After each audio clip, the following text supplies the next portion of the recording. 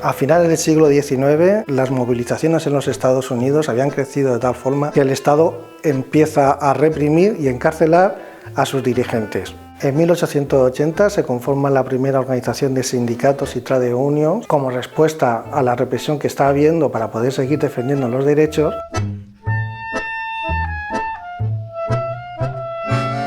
En 1884 se establece el hacer una huelga general en 1886 para conseguir las 8 horas de trabajo, que eran 8 horas para dormir, 8 horas para trabajar y 8 horas para el ocio. Ya en 1885 una octavilla decía: un día de rebelión, no de descanso.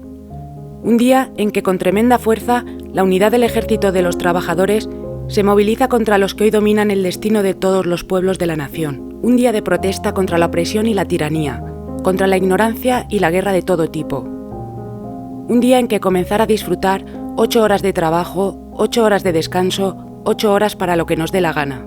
La víspera del 1 de mayo, un periódico anarquista publicaba los siguientes comentarios, que muestran el tono de confrontación que imperaba.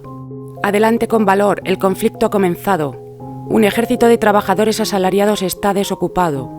El capitalismo esconde sus garras de tigre detrás de las murallas del orden. Obreros, que vuestra consigna sea: no al compromiso, cobardes a la retaguardia, hombres al frente. El 1 de mayo de 1886 todos los centros de trabajo pararon y las huelgas entonces no eran como ahora. Se hacían hasta que se conseguía el resultado.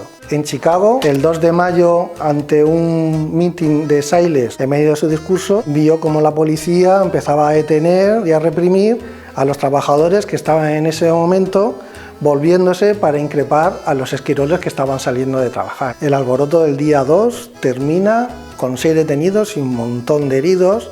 La población enfurecida, se convoca una concentración el día 4 en la plaza de Haymarket, que temían que iba a haber una emboscada o que podría pasar algo por cómo se estaba comportando entonces la policía. Cuando solo quedaban 200 manifestantes, llegó la policía, cargó, en ese momento estalló una bomba, se transformó todo en una zona de fuego indiscriminado donde murieron muchos manifestantes, cientos quedaron heridos y murieron también 7 policías, pero la mayoría por balas de la propia policía. Tras el 1 de mayo del 86, la huelga se va generalizando y extendiendo por todo Estados Unidos. En Chicago, sobre todo, que es donde más fuerza tienen los sindicatos, en ese momento la paralización es casi total. La población que va poco a poco apoyando cada vez más las 8 horas o el mensaje de las 8 horas, comenzó entonces una caza de brujas, principalmente contra los anarquistas. Los medios de comunicación empezaron a manipular todo lo que fueron las noticias en el movimiento obrero que tuvieran relación con lo que estaba pasando. La policía cerró los locales, prohibió los mítines, los periódicos y la prensa anarquista fue también prohibida. El 5 de mayo el Estado responde con una masacre en Milwaukee, que los obreros seguían de huelga y se había puesto la ley marcial. Y en Chicago se llenan las cárceles de huelguistas y manifestantes. Entran en las imprentas anarquistas y detienen a los 8 famosos anarquistas, los 8 de Chicago, un emblema en la lucha del 1 de mayo. Fueron Engels, Fiedler, Fisher, Link, Schwab, Parsons, Neff y Spee. Todos miembros de un sindicato que se podía denominar anarcosindicalista, que se llamaba la IWPA. Más de un mes después, cuando ya se celebra el juicio el 21 de junio, un juicio completamente manipulado, en el que el jurado, por ejemplo, estaba formado por hombres de negocio e incluso un familiar de uno de los policías muertos, ante la treintena, 40 personas a las que se iba a condenar, se fijan en estos 8 famosos anarquistas, los 8 de Chicago, resultando que todos son condenados a muerte, salvo uno que a 15 años, a Neff, y surgió un gran movimiento de protesta en todo el mundo en su defensa, en contra de esas sentencias.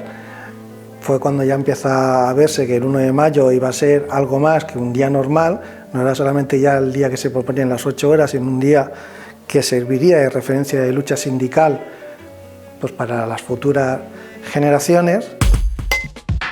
El 11 de noviembre de 1887, solo 4 de ellos van a cumplir la condena de muerte: Engels, Fisher, Parsons y Spee. A ese día se le llamará el Viernes Negro.